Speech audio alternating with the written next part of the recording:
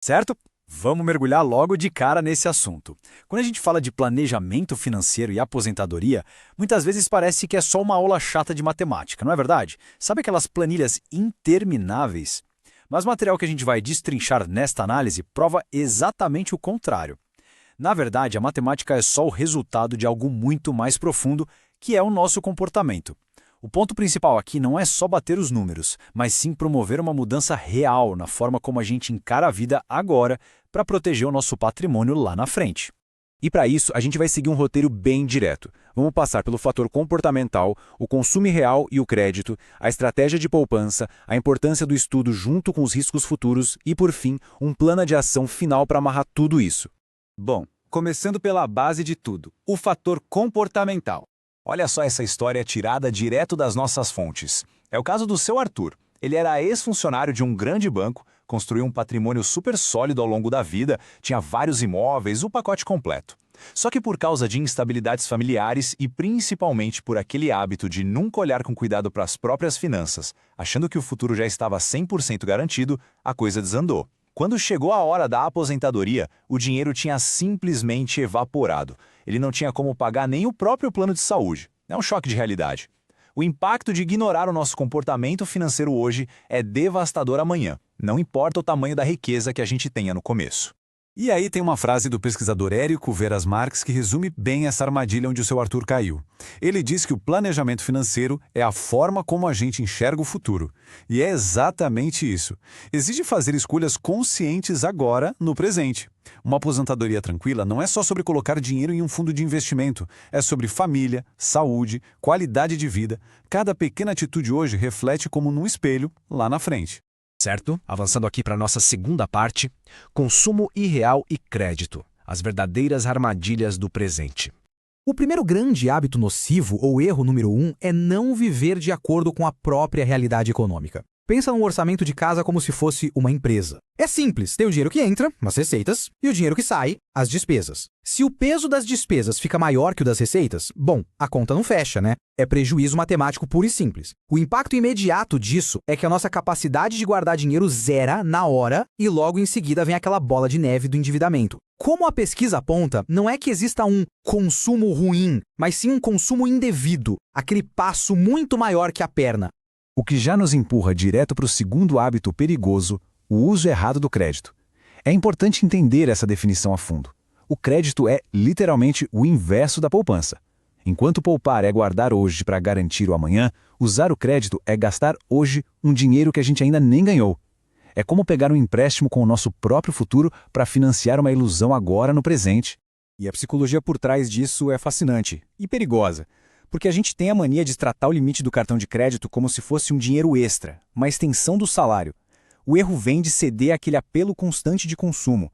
Sabe aquela necessidade louca de se comparar com os outros? Pois é, seja comprando o celular lançamento do ano em 24 vezes, ou pagando um jantar caríssimo só para manter um status ou para postar uma foto, esse comportamento simplesmente destrói qualquer chance de ter segurança lá na frente. A gente troca a paz do futuro por uma validação social hoje. Passando para o nosso terceiro ponto, a estratégia de poupança. Como a gente vira esse jogo? Aqui entra o nosso terceiro mau hábito, que é aquele velho clássico: eu vou guardar dinheiro se sobrar no fim do mês. Spoiler, quase nunca sobra, na verdade. Poupar é, na sua essência, fazer uma escolha muito clara entre consumir agora ou ter tranquilidade depois. Quando a gente abre mão de comprar algo hoje, é porque a gente sabe que esse dinheiro vai ser muito mais útil no futuro. Esperar sobrar dinheiro no final do mês significa colocar as urgências do presente sempre em primeiro lugar. E o futuro que lute. Mas não pode ser assim. A solução do material para isso é um passo a passo simples, mas que muda a mentalidade de vez. Imagine o seguinte cenário. Passo 1, cai na conta um salário líquido de, digamos, R$ 2.000. Passo 2, ação imediata. Assim que o dinheiro cai, a gente já separa 10% focados exclusivamente no futuro. Esquece que esse dinheiro existe para o gasto do dia a dia. Passo 3, a gente ajusta o padrão de vida para caber nos 1.800 que sobraram. Passo 4, essa se torna a nossa regra de ouro mensal. A gente sempre paga o nosso futuro primeiro, antes de qualquer boleto. É uma mudança sutil na rotina do mês, mas que faz um estrago positivo enorme no acúmulo de riqueza ao longo dos anos. E aí a gente chega na nossa quarta sessão, estudo e riscos futuros. Aqui entram os 2 últimos hábitos que a gente precisa evitar com todas as forças. O hábito número 4 é a famosa falta de estudo financeiro. Terceirizar a gestão do nosso dinheiro para o gerente do banco, por pura comodidade, é um erro fatal. Se a gente não entende como o mercado funciona, quais são as taxas ocultas ou os riscos dos produtos, o impacto lá no futuro é ver o esforço de anos ser engolido pela inflação ou por altos custos bancários. É fundamental dedicar um tempinho para entender o próprio perfil de investimento. Afinal, ninguém vai cuidar melhor e proteger esses recursos do que a própria pessoa que suou para ganhar. Isso liga a gente direto ao 5º hábito: fechar os olhos para os imprevistos da vida. O pesquisador faz uma analogia excelente aqui. Alguém iria na concessionária, compraria um carro zero e sairia dirigindo por aí sem seguro nenhum, contando inteiramente com a sorte para nunca sofrer um acidente? Acho improvável, não é? Mas na vida financeira, um monte de gente faz exatamente isso. Vivem achando que nada de ruim vai acontecer, que os ventos sempre serão favoráveis. Ignorar que existem riscos e não ter uma reserva de emergência é a receita mais rápida para ver décadas de estabilidade sumirem em um piscar de olhos. Bom, chegamos à nossa última parte, o plano de ação final. Para transformar toda essa teoria em comportamento real no dia a dia, aqui está o nosso checklist definitivo, em 5 passos. Primeiro, a vida tem que caber estritamente dentro da receita que a gente tem hoje, sem ilusões. Segundo, cortar na raiz o uso do crédito só para manter a aparência perante os outros. Terceiro, aplicar aquela regra blindada dos 10%.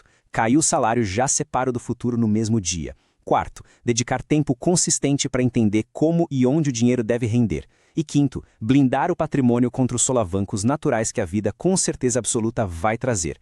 Para fechar essa nossa exploração de hoje, deixo uma reflexão bem provocativa tirada do âmago do nosso material. A vida não é uma linha reta.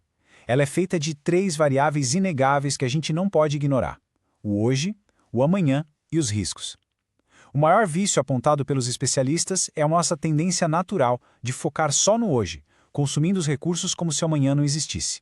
Então fica a grande questão: será que as atitudes financeiras que tomamos no presente estão preparadas para sustentar o nosso amanhã e, de quebra, absorver os riscos inesperados do caminho?